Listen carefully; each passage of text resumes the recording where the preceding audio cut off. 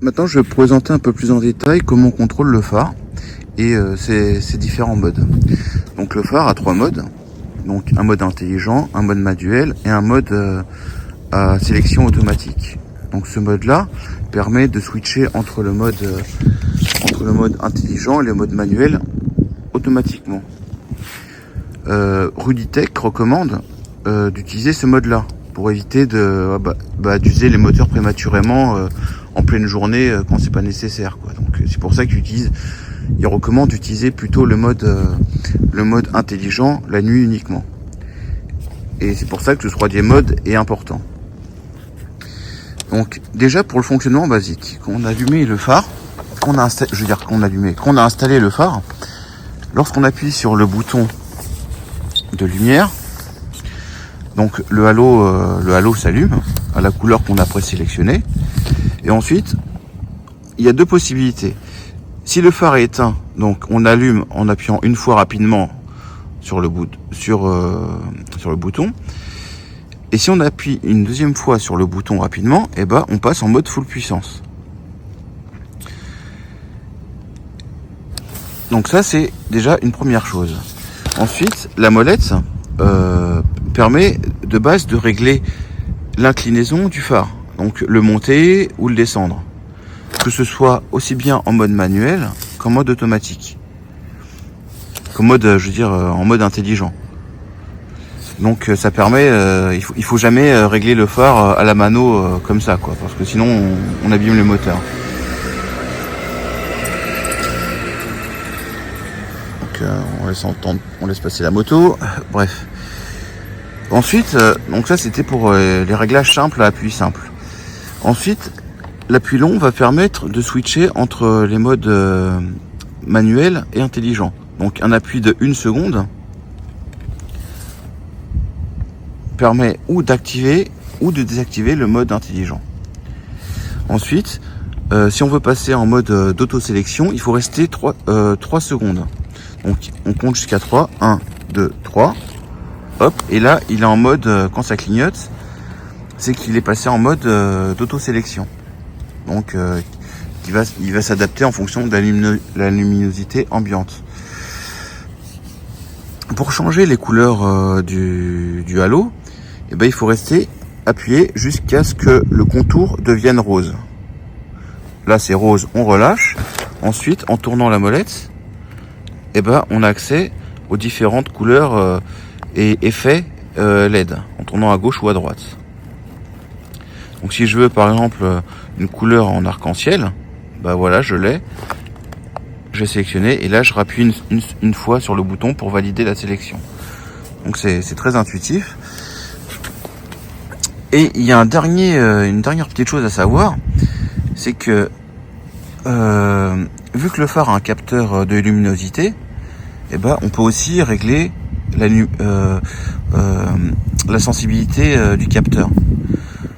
Donc typiquement, c'est exactement pour cette raison que quand j'éteins ma roue, quand j'éteins la lumière plutôt, et que je la rallume, donc d'abord le phare s'allume, le capteur détecte que c'est un peu obscur, et du coup il va allumer automatiquement la lampe. Parce que je l'ai réglé comme ça.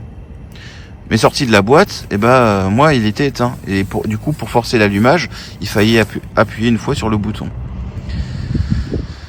Donc voilà, on a fait un petit tour et tout ce que je vous ai expliqué là est aussi réglable via les télécommandes qui sont standards en 433 MHz et dans la notice d'appareillage que je trouve ici, tout est bien expliqué.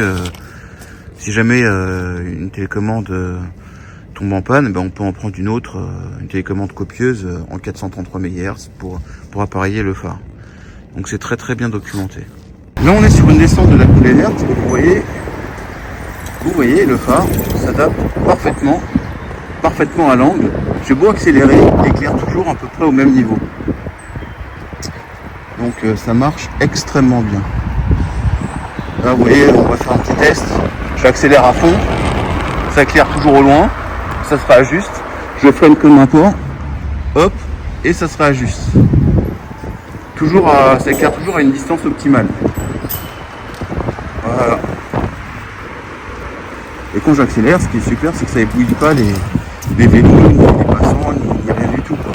Et sans gêner mon champ de vision.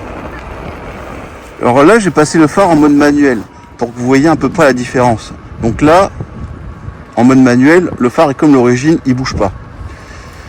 Donc quand j'accélère, vous voyez, le phare se rétrécit et éclaire mes pieds. Et quand je freine, eh ben ça éclaire au loin et ça éblouit tout le monde.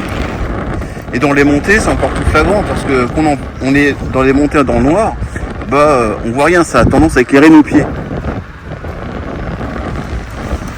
Alors voilà, le réglage via la molette du phare, en mode intelligent.